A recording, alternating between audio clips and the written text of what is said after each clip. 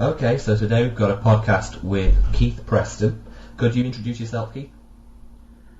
Yes, as you can probably tell from my accent, I'm an American, and I'm probably most well known for being the founder and chief editor of AttackTheSystem.com, which is an online webzine devoted to a philosophy called Pan-Anarchism. And I was also one of the founders of a tendency called American Revolutionary Vanguard, which is a dissident tendency within North American anarchism. And I've also done a lot of freelance writing over the years, and a lot of my stuff has appeared in other genres and milieus like AlternativeRight.com, LouRockwell.com. I think Antiwar.com ran some of my stuff. I used to write for Antistate.com. I've also spoken at a number of events involving the H.L. Mencken Club, the National Policy Institute, and so forth. So I've become somewhat well known for some of my ideas in dissident political circles in the U.S. Okay, so the UK government has gone into a bit of a pickle for sending around vans saying, in the UK illegally, text home for free advice and help about how to get home. But do you really think that the UK government has any intention to reduce mass immigration? Well, I think actually the opposite is true. It was revealed a few years ago by a former speechwriter to Tony Blair that the Labour government during the Blair era had actually sought to import large numbers of immigrants into the UK, ostensibly for making the UK more multiculturalism, but I think the real purpose was to create a permanent constituency for the Labour Party. I think the Labour Party strategy there was to create a permanent constituency for themselves so that they would essentially be the ruling party indefinitely and be able to have what amounted to a one-party state. So there's a political purpose behind that. And I think that that's true generally when we look at the rhetoric of multiculturalism and we look at immigration policy and issues like that. I spoke to the National Policy Institute a couple of years ago where I outlined the National Policy Institute is a conservative-leaning think tank in the United States, and I spoke to them where I outlined my views on the question of mass immigration. And what I argue is that there's a vast array of elite interests that profit substantially from the process of mass immigration. Some of it involves the political parties seeking ever greater numbers of constituents for themselves.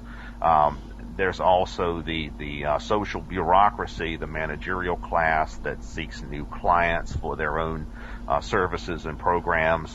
There's big business, big capital that wants the cheap labor that comes with mass immigration, and which in turn has the effect of suppressing wages. There are ideological interests that see mass immigration as a value unto itself. There are ethnic lobbies that want to see more immigration from their own particular demographic in order to increase their own numbers. And we could keep on going down the list. There's a vast array of interests that profit politically, economically, and in other ways from mass immigration. So to make it simple, no, I don't think the UK government has any interest in reducing immigration. I think they probably would prefer to see more immigration. And I think that's true of the United States as well. And I think it's probably true of the regimes in most of the Western countries. And no matter what party's in charge, do you see any sort of difference in the general outlook? You mean concerning immigration or just concerning policy generally? Policy generally. I really don't. I'll qualify that and say that, for instance, in the United States, we have the two major parties, the Democrats and Republicans, and there are some casual differences between the two parties. The demographic makeup of the two parties is slightly different. For instance, On the Republican side, you have the traditional WASP elite. By WASPs, that's what we in America call the white Anglo-Saxon Protestants, which are the historic majority in the American state. And the traditional WASP elites tend to be concentrated in the Republican Party primarily, though certainly not exclusively. And then probably the largest constituent base for the Republicans is the WASP middle class. Now, or at least the more conservative wing of the WASP middle class. And on the Democratic Party side, what you find are the elites that are concentrated within newer and more high-tech industries like mass media, high-tech industries like computer technology, things like that, entertainment, and also you have the elite members of the traditional outgroups, the traditional minority groups, that is the affluent and educated members of the racial and ethnic minority groups, the educated professional women, the gay rights movement, and so forth. So there are some differences in terms of culture and demographics, although I would qualify that by saying that both parties at the very top level are very tightly controlled by the system of international banking and the broader plutocratic interests that actually control the American state. For instance, when Barack Obama was running for president the first time, this was in 2008 against John McCain, I remember looking into what I could find about who was actually bankrolling the campaigns, the political campaigns of the two candidates, and it was interesting to see how much, to what degree big banking institutions like Goldman Sachs and so forth had their hands in both parties and in the campaigns of both candidates, and that's a fairly long-standing practice in the United States. You see that the genuinely plutocratic interests, the ones that really control the major industrial sectors, the major financial sectors, almost always have their hands firmly planted in both of the major political parties. So there's no way that the political parties, either on either side, on the Democratic side or the Republican side, are ever going to enact policies that defy these elite plutocratic interests in any significant way. Now, there may be some differences in terms of demographic interest and in cultural interest, and mainstream American politics has as its primary dividing line the cultural conflict, which we in the United States call the culture war, between more conservative, more traditional, more WASP-ish oriented people, and then members of the more traditional outgroups, the counterculture, the people who are more culturally leftward leaning, and so forth. But the differences between the two parties represent these kinds of cultural differences that you find within the ranks of the different wings of the middle class. The plutocratic class itself is firmly in control of both parties when it comes to basic questions of the structure of the political economy and things like that. Yeah, and like you said, the differences between the two parties or different parties, they're all casual differences, and that's the problem. No one's allowed to be an extremist, and that's a problem for you and me. We're both anarchists, but to get anywhere, we're told that we have to moderate or tone down our ideas. That's a problem, isn't it? Yeah, well, I'm told that quite frequently, and I've been hearing that for about 25 years now. Well, if you've got to tone it down, you've got to moderate a bit. And I think, if anything, I think the opposite is true. I'd like to see more libertarians and more anarchists becoming more radical and more extreme and more outspoken in their opposition to the status quo.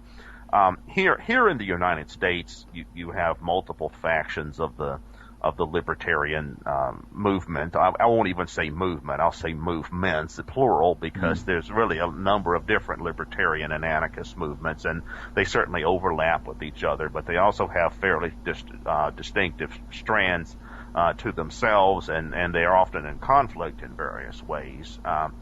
But on the On the left libertarian side, what I see there is a type of conformism that's really has the effect, whatever its intention is, it has the effect of really blurring the distinction between left libertarianism and ordinary mainstream progressive liberalism. For example, if you talk to the folks that that are affiliated with groups like indiemedia.org or infoshop.org or Center for a Stateless Society, tendencies like that, what you typically find is someone that has basically all of the same values as ordinary progressive liberals. And if you sit some of these left anarchist, left libertarian people down in a room with a group of liberal Democrats from the Democratic Party, I don't know that you'd find substantial differences of opinions about a whole lot of issues. You know, they'd all be talking about the same thing. You know, about environmentalism, about universal health care, about being against racism and sexism and so forth. And I see that on the more rightward side of the libertarian spectrum as well. Here in the United States, we have a lot of libertarians that are basically just good conservatives, in the sense that, in fact, I don't even know how conservative they are. They're more, they're more about advancing the interest of the plutocracy in various ways. What I think Kevin Carson calls them vulgar libertarians. And if, for example, you have the Koch brothers who bankroll the Cato Institute, which is a libertarian think tank, and they're very selective in their anti-statism. You know, they tend to shy away from anarchism and more radical forms of libertarianism, and focus on things like reducing marginal tax rates and selective deregulation of industries and business and that kind of thing. Now, and then we've also got the people who are fans of Rand Paul. Rand Paul is an American politician, a senator. He's the son of Ron Paul, who ran for president as a libertarian a couple of times. And now there's a slogan in those circles, "Stand with Rand," and it's all about how Rand Paul is out there in the Senate, fighting the good fight for libertarianism. And this is a fellow who has publicly renounced the term libertarian. He calls himself a constitutional conservative. He doesn't even embrace the term libertarian. He's even gone so far as to publicly distance himself from his father and his father's views. And yet you have these libertarians out there pushing this guy as some sort of libertarian messiah. So it's really rather it's really rather troubling to behold at times. So to get back to your basic question, what we need, in my view, is for more libertarians and more anarchists to become more radical and more outspoken and more defiant of the status quo, and abandon some of these more conformist tendencies that I've just outlined and described. Yeah, and you see Walter Block and Sean Gadd, and indeed your own Attack the System and American Revolutionary Vanguard, as representing this essential extremist libertarianism. Could you talk about that for a little bit, and who else you might see as libertarian extremists? Well, Walter Block is an American libertarian. He's an Austro-libertarian and anarcho-capitalist, and he was a personal friend of Murray Rothbard. He was involved in the very early post-war libertarian movement in the United States, and he's still around. He's writes for the LouRockwell.com website. It's a somewhat iconic figure in radical libertarianism.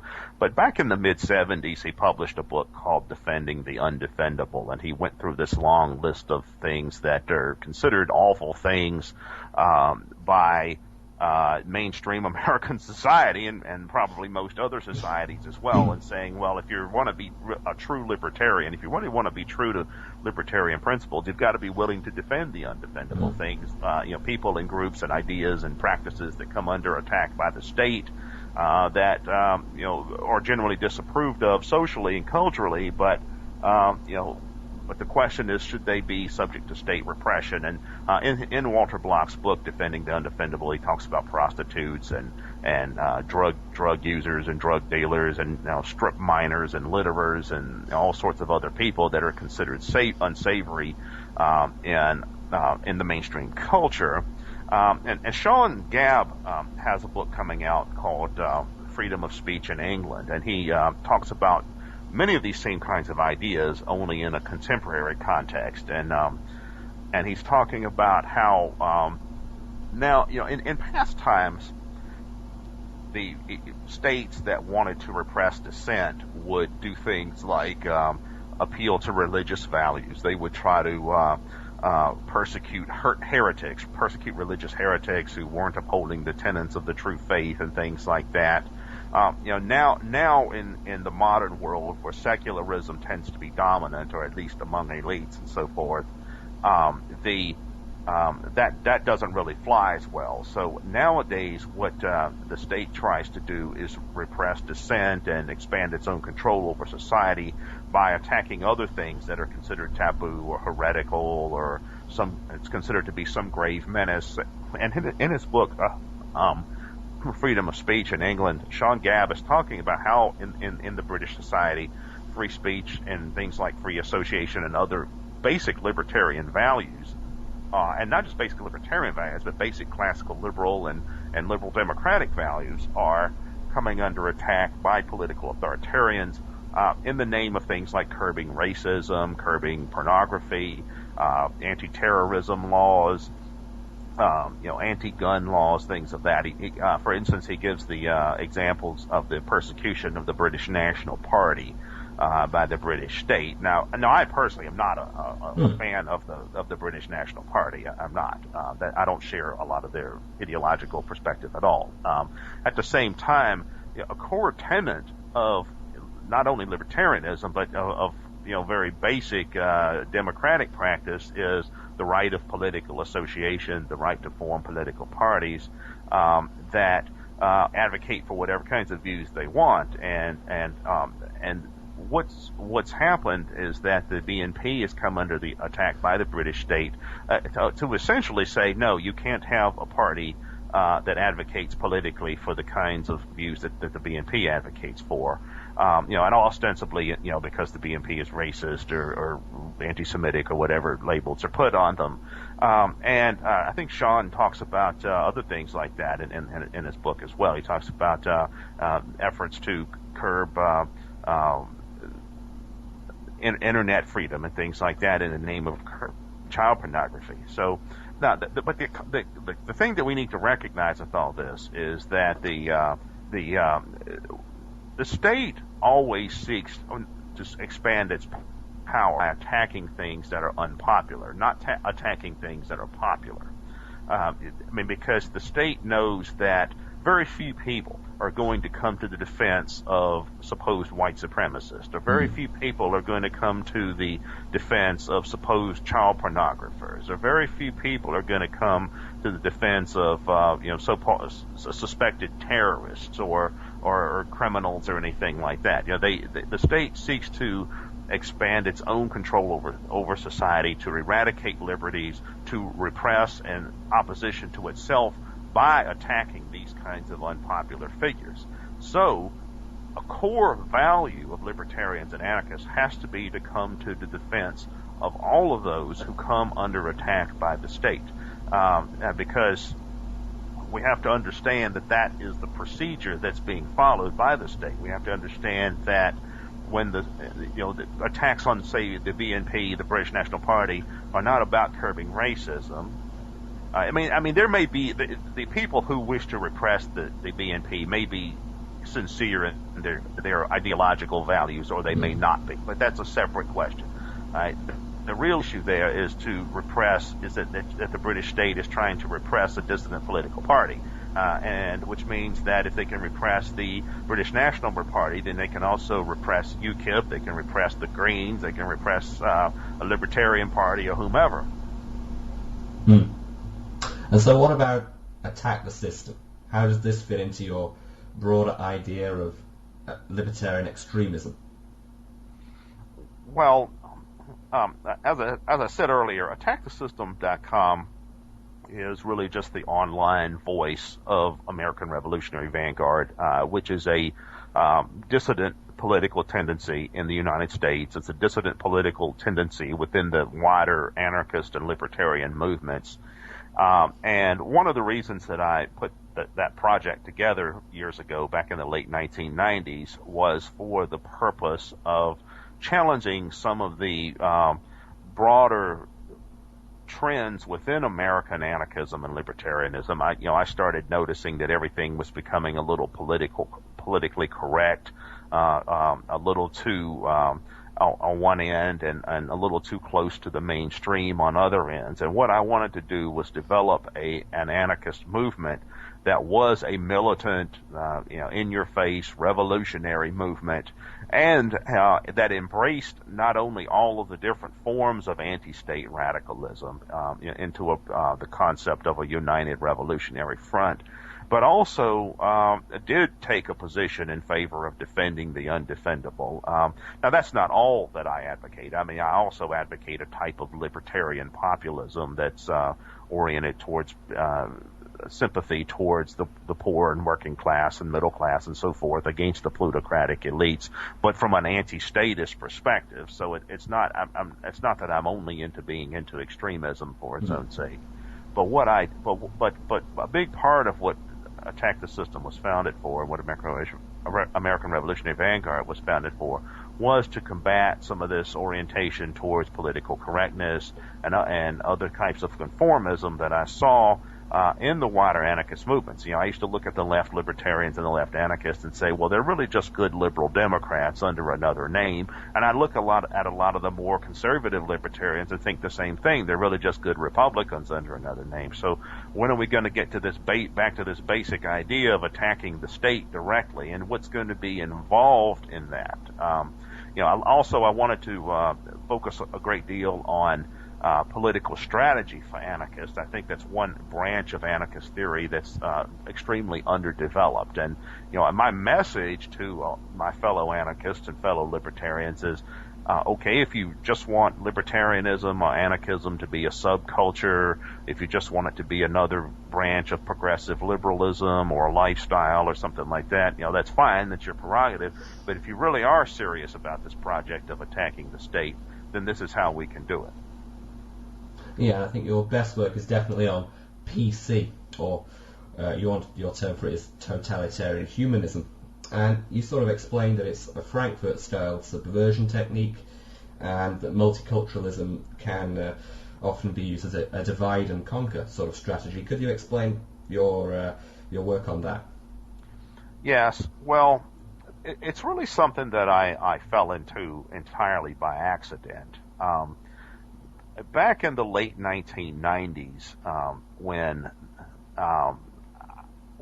go back further than that. Back in the late 80s, early 90s, I used to encounter what's now called political correctness. It really wasn't called that back then, but I was a part of the radical left subculture in the United States back then.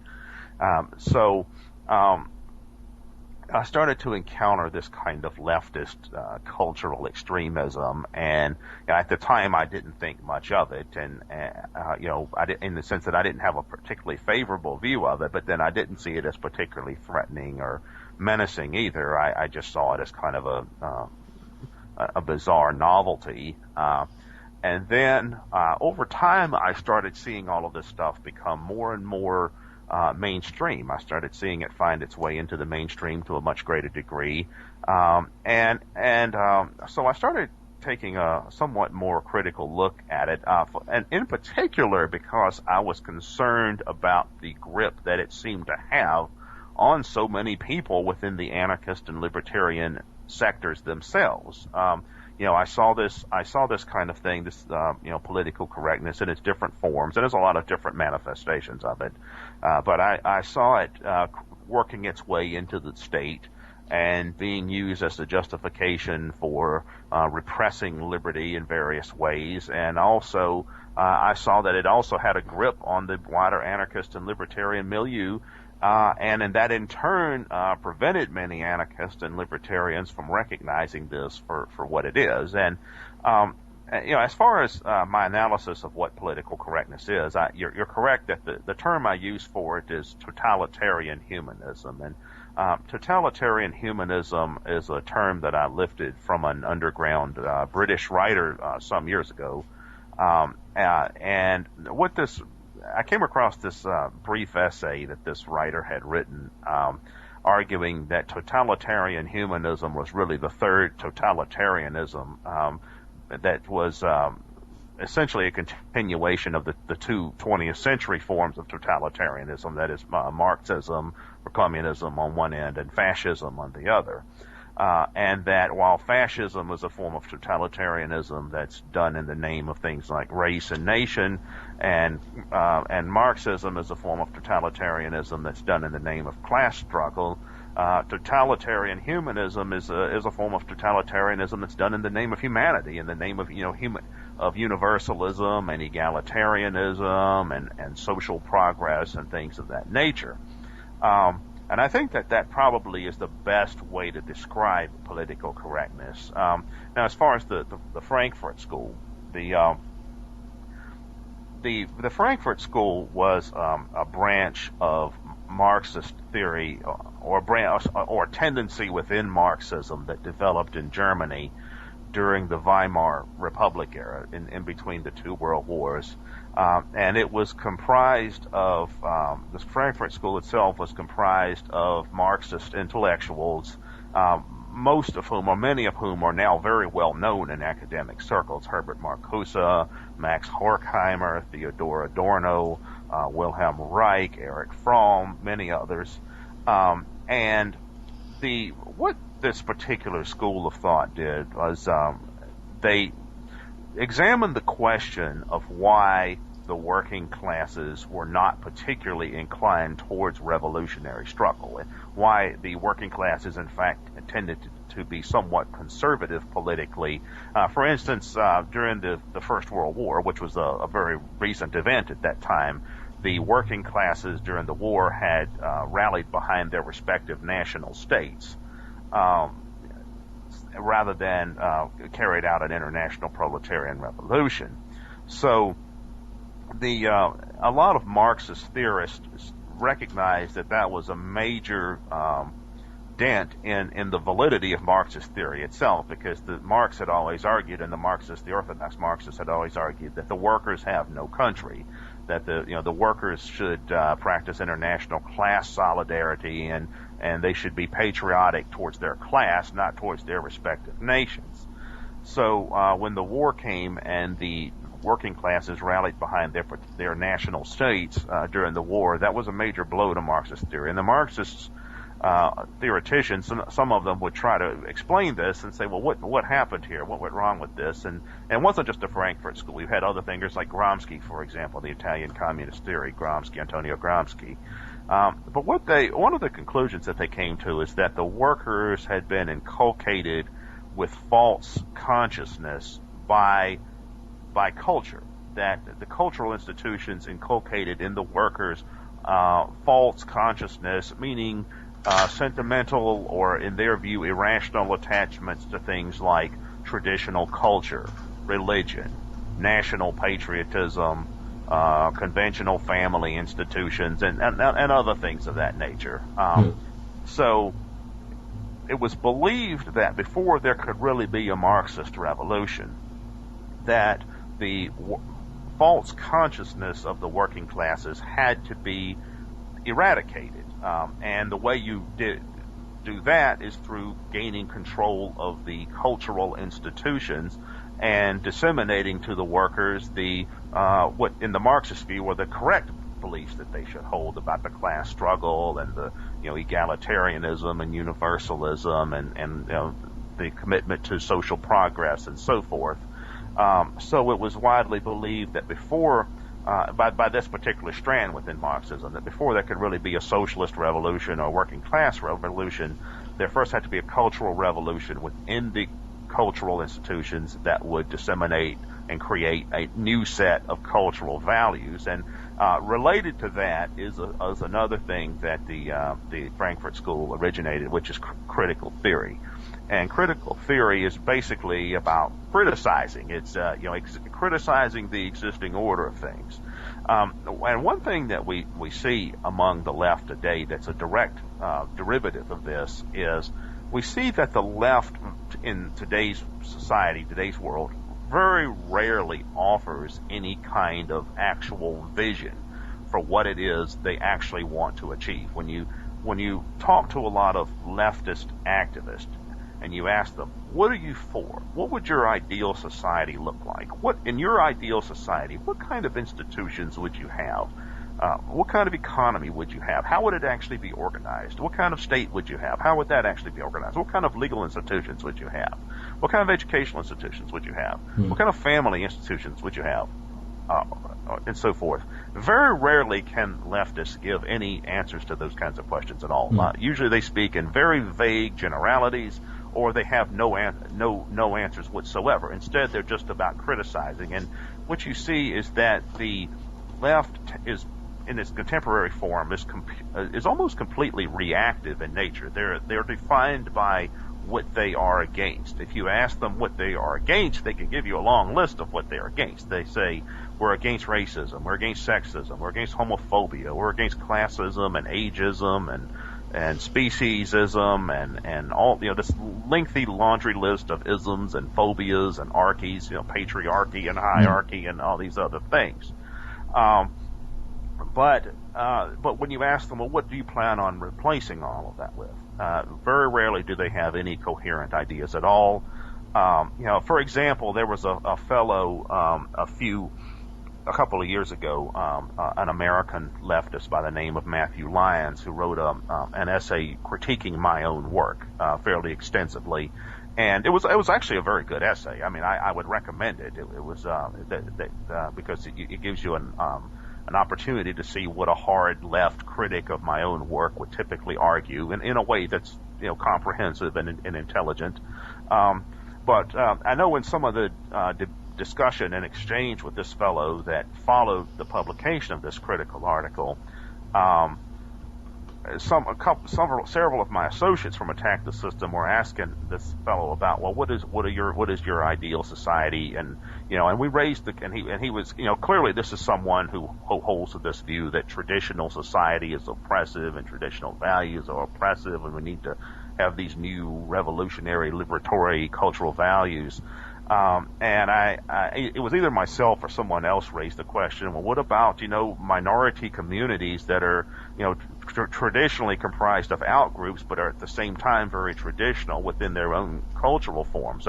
We raised the example of the Hasidic Jews, for example. You have in the United States, in parts of the United States, like in Metro New York City, they have these communities of Hasidic Jews that are very conservative, very traditional, very distinctive, but they're still something of a traditional outgroup. And I remember this person said in response, this leftist critic of ours said that, well, if he were to address the question of a community like the Hasidic Jews, he would look to people who are supposedly oppressed within that community for leadership, political leadership and guidance.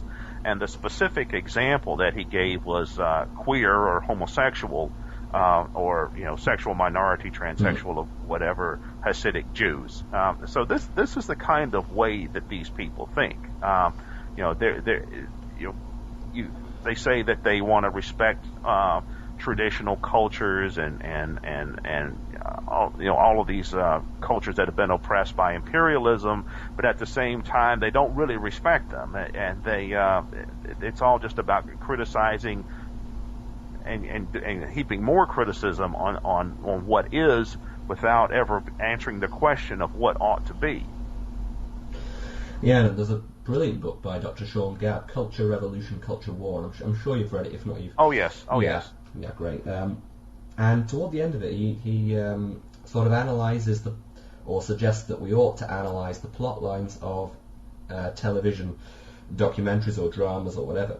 And never have I realised how necessary that is than yesterday, or a little bit before, when a long-running UK TV show, Doctor Who, was going to select its new title character, the Doctor. And out of the sort of the 6 front runners, 3 were black, 1 was a gay, and 1 was a woman.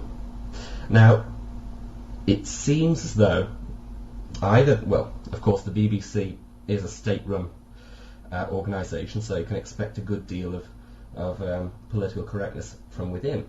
And it seems like nobody was going to really fuss about that, because they've been so indoctrinated, and a lot of people in the street were saying, well, it's about time that we had an Asian or a black or a woman or a gay being the Doctor, which is quite a traditional, quite a well-known and celebrated British TV show.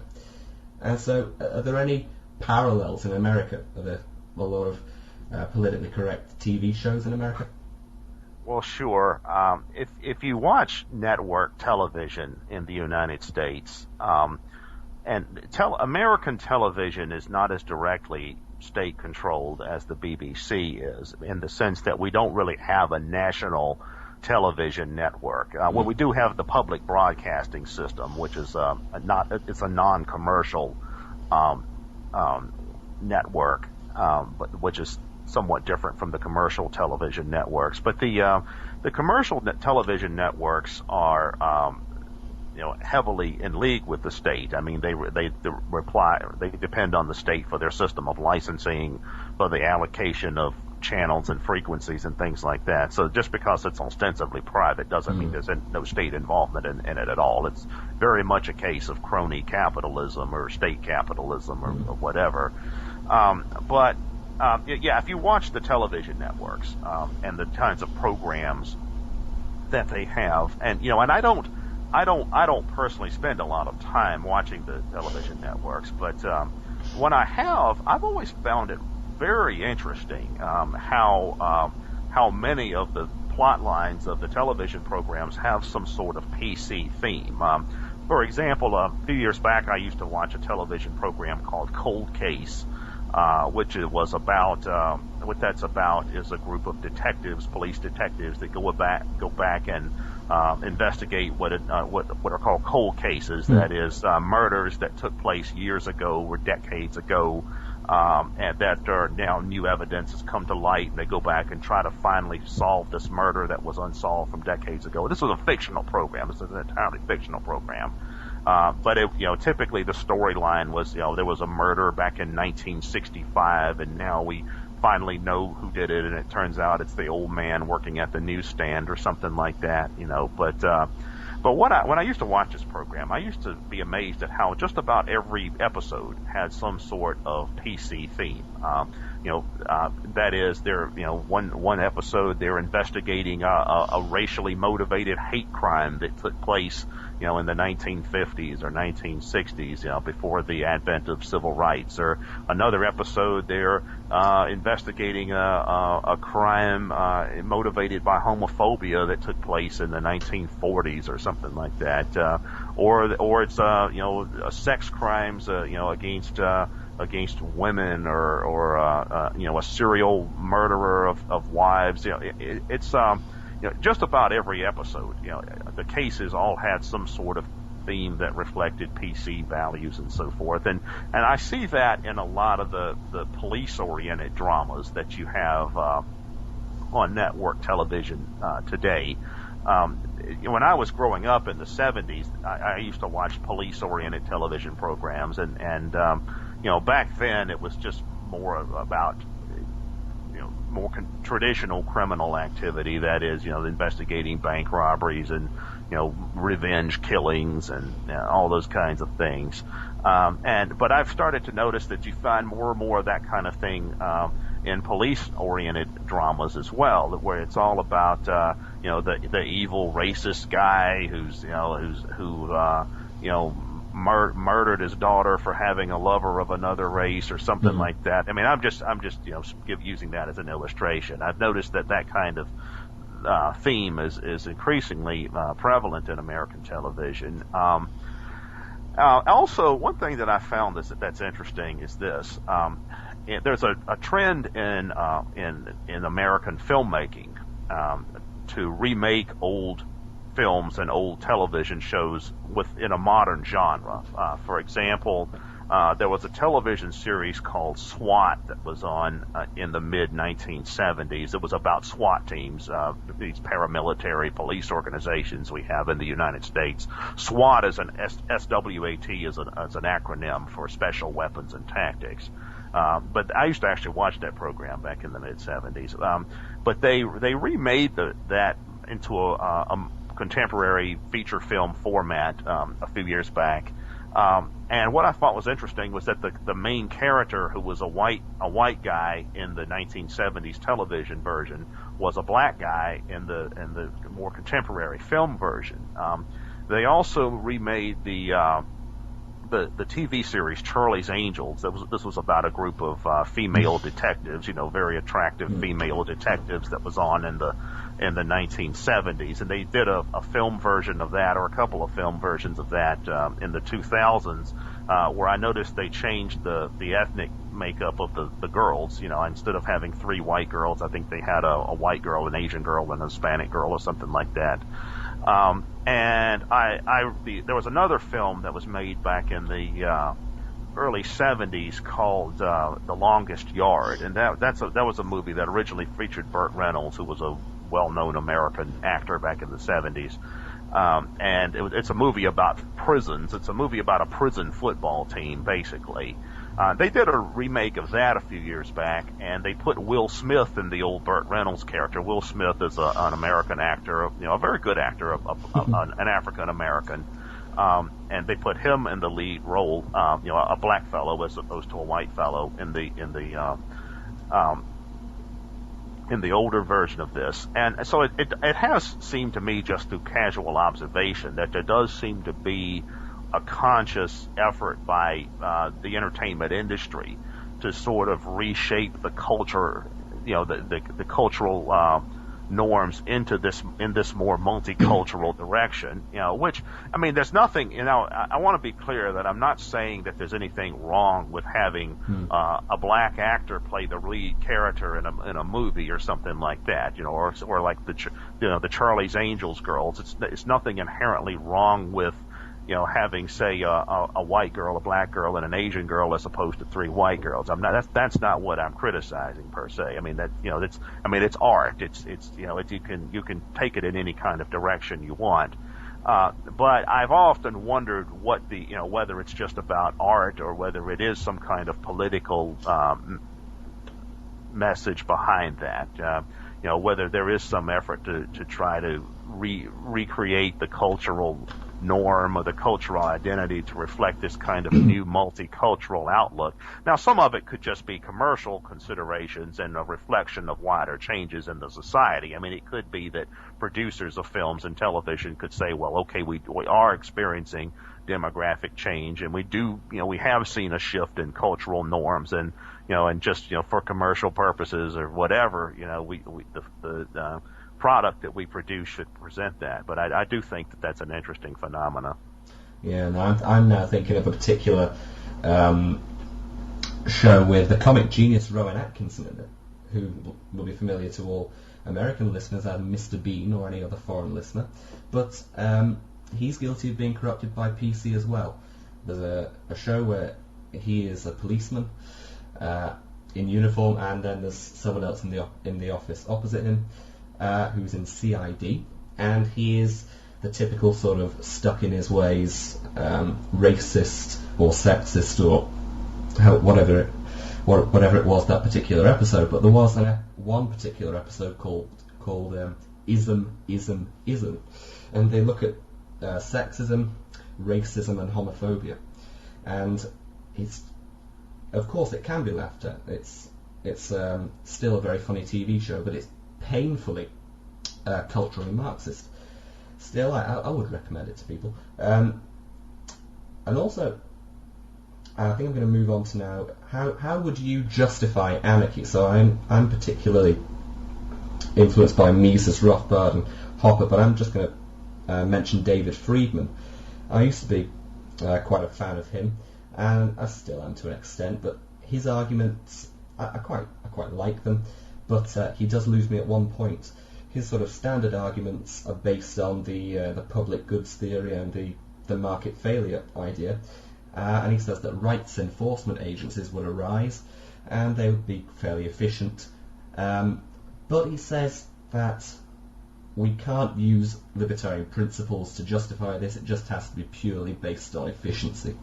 And he said if ever rights were violated in the state of anarchy, we couldn't do anything about it. We just have to accept that. So if a rights enforcement agency decides to go about shooting drug addicts or whatever, this would be technically fine as long as it does it in an efficient way. That's sort of his approach. But I wonder if you take a distinctly Austrian approach or a fairly empiricist approach to justifying anarchy.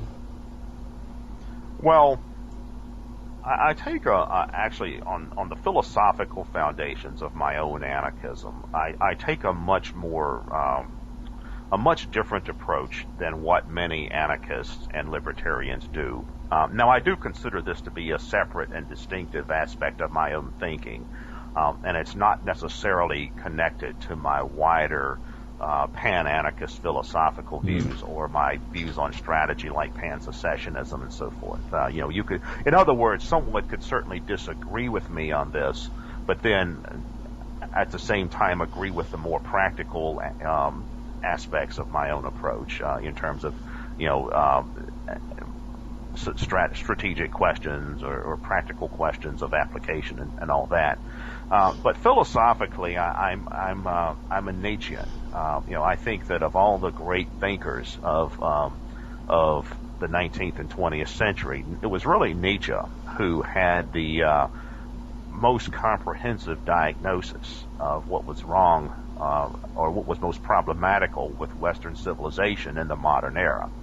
I think that he understood that for most of Western history, it had been either the values of the classical civilization, the Greco-Roman civilization, or the values of Christianity that had been the underlying basis of the social fabric in the West.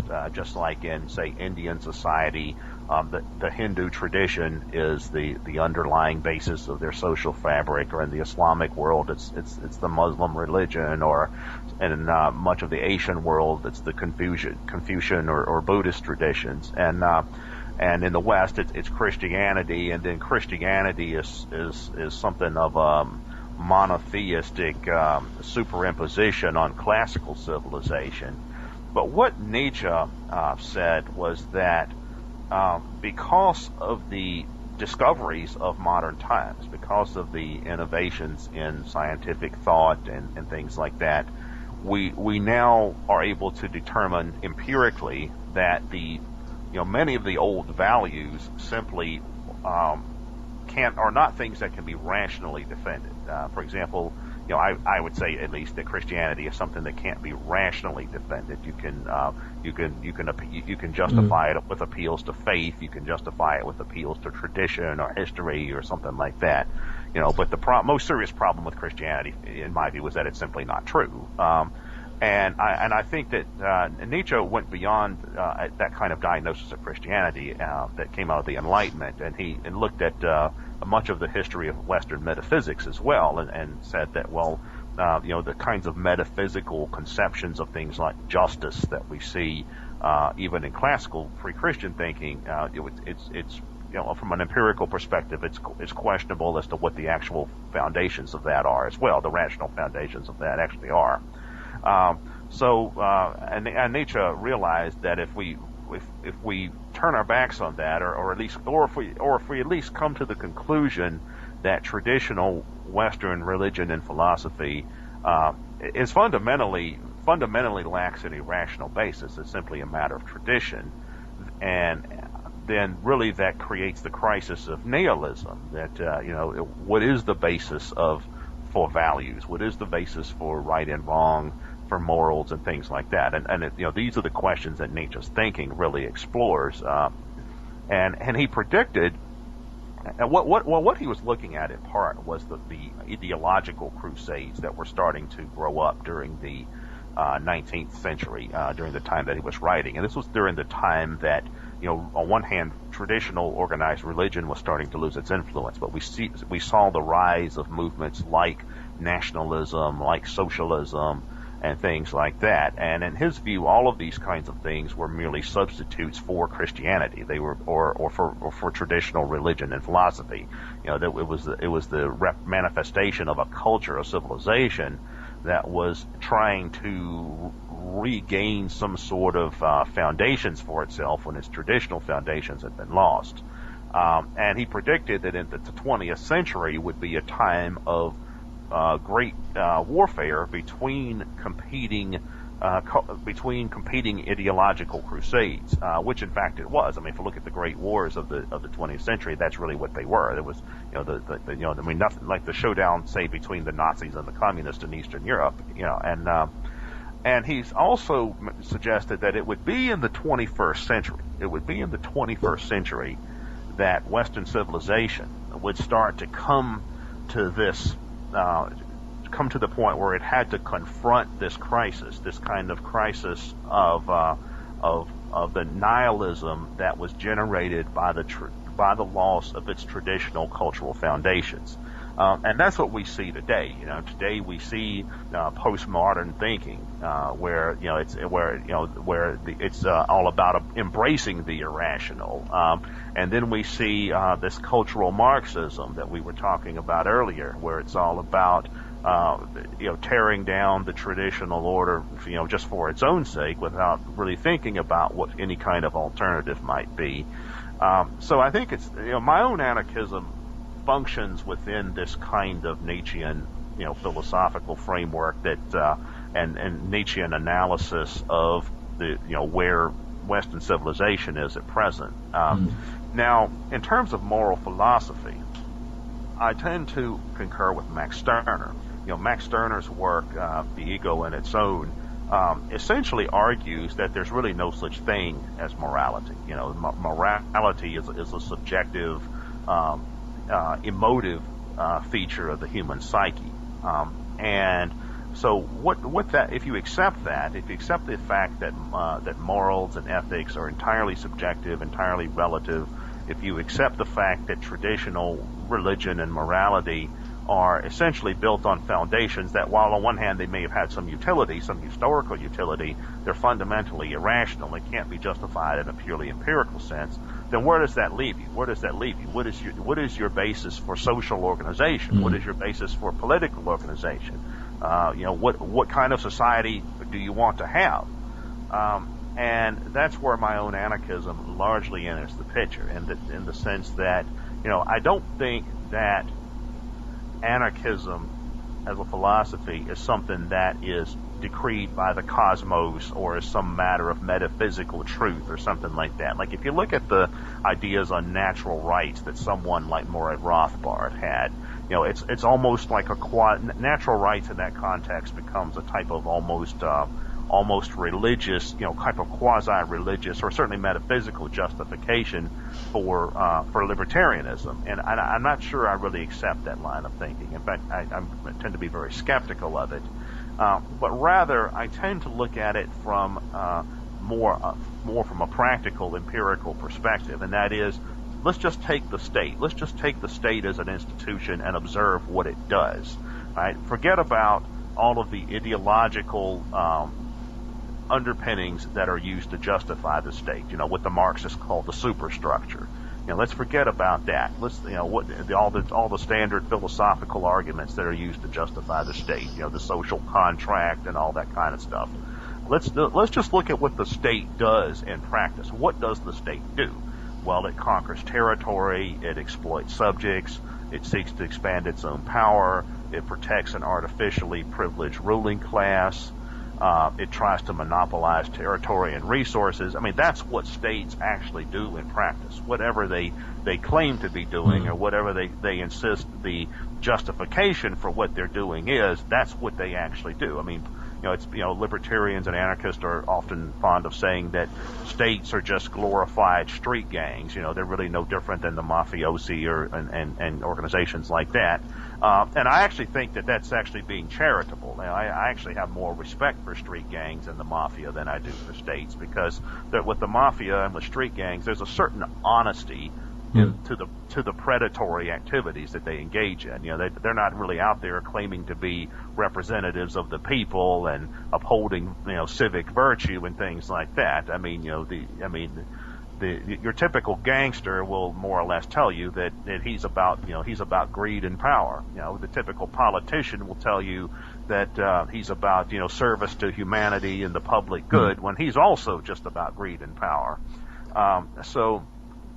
So ultimately, that's really what states are. They're simply criminal organizations writ large, and I think that's an argument that can be defended from a purely empirical perspective.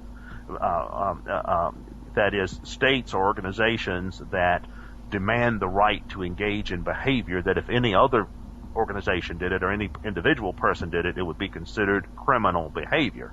Now Max Stirner, the egoist philosopher, argued that there's nothing inherently wrong with crime. That that if you can commit crime and get away with it, that's fine. And that was one of the things that he said. All right, but at the same time, the other flip side of that is, but what if you're the victim of the crime? It may be nothing wrong with sticking up a bank or something like that, but what if you're the bank teller? Right, then are you not justified in defending yourself against this particular crime? And ultimately, that's what I see as being a major part of anarchism. Anarchism and libertarianism are about individual and collective self-defense against crime, against the criminal organization that is the state. Whatever moralistic judgments we want to make about that. For example, the arguments that are used to justify the state, I'm not impressed with in an intellectual sense, in a logical sense. But that's really just a secondary issue. The bottom line is, who cares what the state says its justifications are?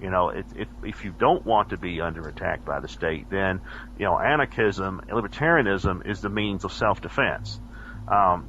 So obviously that's a much different approach than what you'll frequently hear from anarchists and libertarians. I tend to break it down from the realm of the philosophical down to the ground level. With the struggle that's on the ground.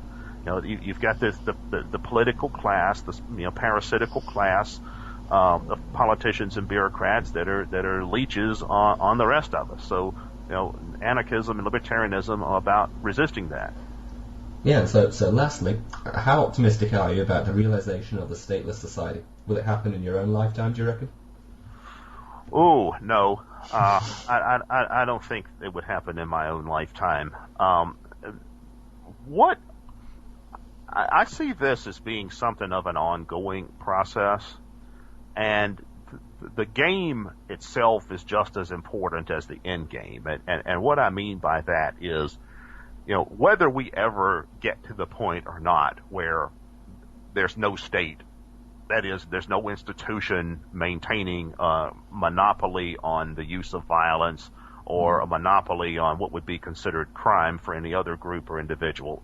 If we ever get to the point, whether we ever get to the point where the state doesn't exist at all in any form anywhere in the world is really not the primary question, I think, that we need to be looking at. Rather, the question is, how do we go about resisting the state and consistently pushing the state back to where its realm of influence and domination is increasingly minimized. And, like I said earlier, much of my own thinking is strategic in nature. And I tend to look at it like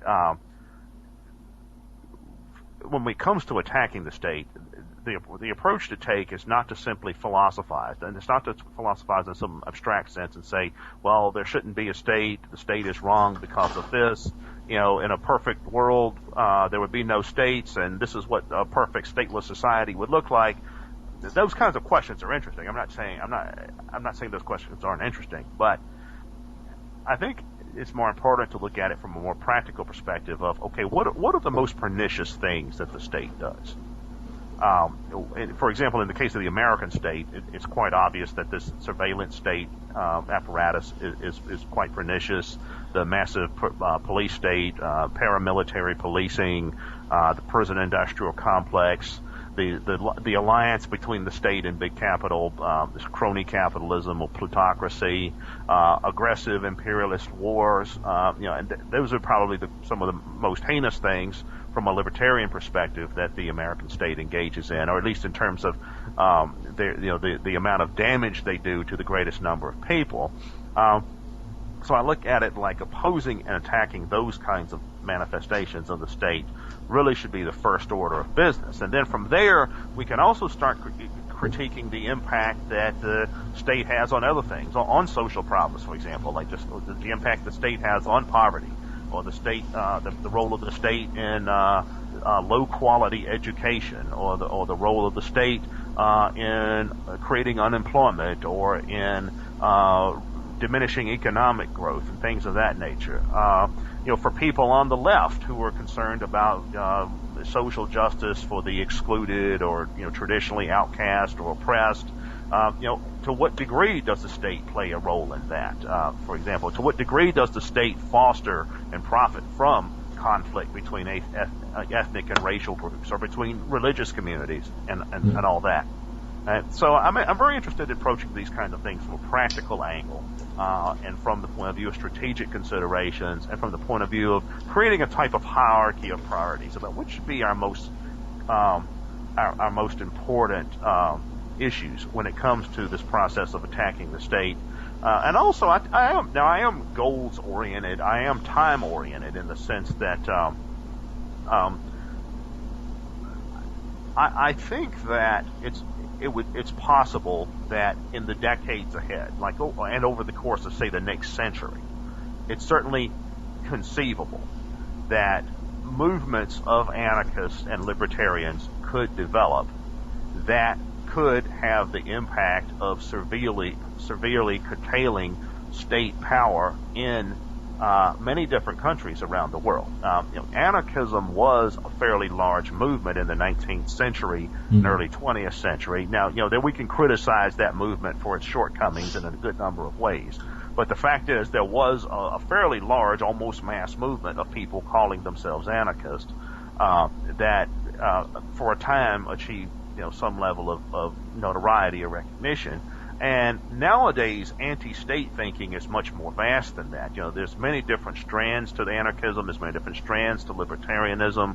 These kinds of ideas keep finding their ways into ever more population groups, ever greater number of ideological groups. That's why we continue to see proliferation in all the different types of hyphenated anarchisms and hyphenated libertarianisms. And I think these movements collectively can grow, and what I'm interested in is seeing all of those movements grow to the point where they collectively start becoming a political majority, and these kinds of values start finding their way into the wider society, to the point where the state starts to lose legitimacy. And the state's already losing legitimacy just through wider changes in civilization. Now, there's the work of Martin van Creveld, for example, gets into this. Martin van Creveld is a Dutch-Israeli military historian who, a long way from being an anarchist, but he talks about how the nation-state system is starting to break down in modern times, and that it no longer commands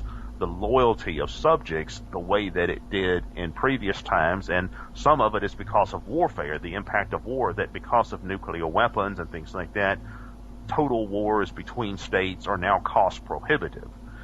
Some of it has to do with the breakdown of the welfare state. Virtually all of the modern welfare states are hemorrhaging in a fiscal sense, and that kind of system can't be sustained forever. Some of it has to do with advancements in communications technology and transportation technology. People are more mobile. People have greater access to information. All of these kinds of things are having the effect of breaking down many of the traditional state systems, just like the growth of the market economy during the late Middle Ages, early Renaissance, and on into the Industrial Revolution had the effect of breaking down the old feudal order. So we see that the modern state system is starting to break down in a similar way. So it will be interesting to see where those kinds of trends go in the future. And these are trends that anarchists and libertarians can identify and seek to capitalize on by further delegitimizing the state and creating alternative institutions that are based on principles like voluntary association, individual liberty, and things of that nature. Keith Preston, thank you very much. Thank you.